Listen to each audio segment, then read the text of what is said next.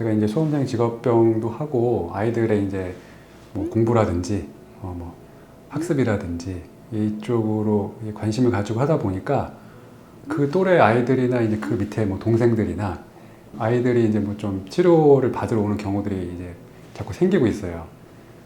그러면서 이제 몇 년 전에는 ADHD를 가진 이제 좀 특이한 케이스가 하나 이제 있어서 그때 그 친구를 이제 치료하면서 이게 이제 한약적으로 충분히 치료가 가능한 거고, 그래서 이제 이렇게 연구를 하고 이제 뭐 논문을 찾고 해보니까 이렇게 한약적인 방법도 정말 이게 효과적이겠구나라는 거를 이제 느끼고, 그래서 이제 그러한 친구들도 지금 이제 치료를 하고 있고, 앞으로 이제 좀 더 이런 친구들을 위해서 제가 가지고 있는 그런 것들을 이제 나누고 좀 치료하고 그러려고 이제 확장을 하게 됐습니다.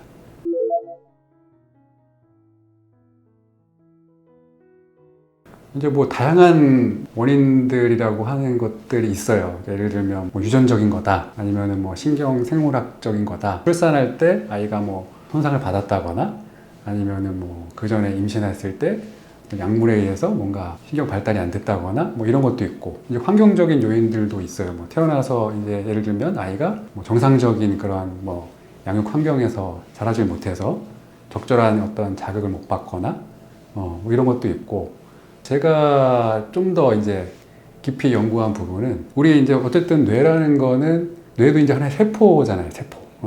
우리 이제 무슨 피부나 이런 것처럼 세포인데, 어쨌든 이게 어떤 이유로든 발달이 이게 잘 안 돼서 ADHD라든지 발달장애 같은 게 생기는 거니까, 그럼 그 세포들이 발달을 잘하게 하려면 어떻게 해야 될까? 이 부분이 되게 중요한 거거든요. 근데 이제 병원에서는 주로 증상을 완화하는 쪽으로, 그러니까 발달보다는 일단 아이가 이제 뭐 예를 들면 산만하다든지, 그 다음에 이제 뭐 조절이 안 된다, 충동 조절이 안 되니까 얘를 이제 진정시키는 방향으로 이제 약이 이제 개발이 된 상태고, 그리고 이제 또 다른 게 이제 뭐 놀이치료라든지 이런 작업치료라든지 이런 걸 하거든요. 아이가 이제 나이에 따라서 발달을 하고 이제 집중을 하기 위해서 훈련을 좀 시키는 거죠. 신경 훈련을 시키는 건데, 정작 중요한 거는 그 뇌 세포가 잘 발달하게, 그 나이에 있어서 잘 발달하게끔 하는 그런 부분들에 대해서는 좀 연구가 좀 미흡하고 그쪽으로 치료가 좀 부족한 상황이에요.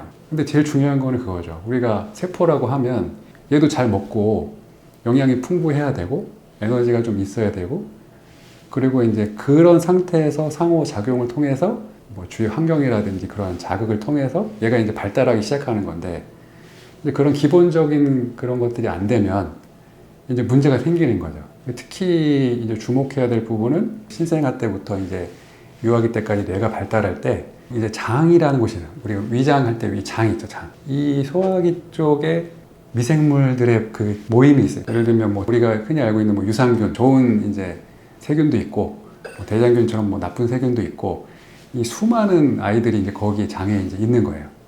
그래서 얘가 이제 음식이 들어왔을 때 뭐 소화를 돕기도 하고, 그 다음에 얘가 이제 더 중요한 거는 이 장내 미생물 총이 균형을 잘 이뤘을 때 이런 면역력도 올라가고, 그 다음에 얘가 이 신경계를 타고 미주신경을 타고 뇌 발달에 영향을 주거든요.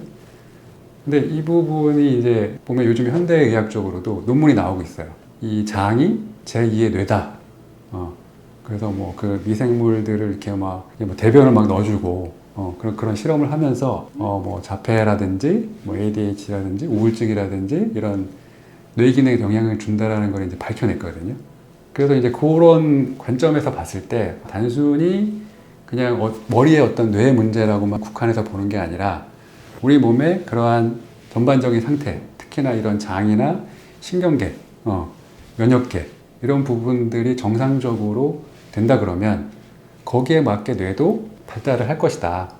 그렇게 됐을 때 이제 또래보다 늦게 발달한 부분들이 쫓아가게 되면 이제 또래 집단에서 잘 지낼 수도 있고, 그다음에 또래가 하는 그 공부에 있어서도 잘 따라갈 수가 있으니까, 원인은 이제 그렇게 보는 거죠. 단순하게 그냥 뇌에 어떤 특정 무슨 잘못된 부분이 있다기보다는 뇌 발달이 느려지는데 그 발달을 촉진시키기 위해서 가장 중요한 건 우리 몸 안의 문제들을 해결을 해줘야 된다. 그렇게 보시면 됩니다.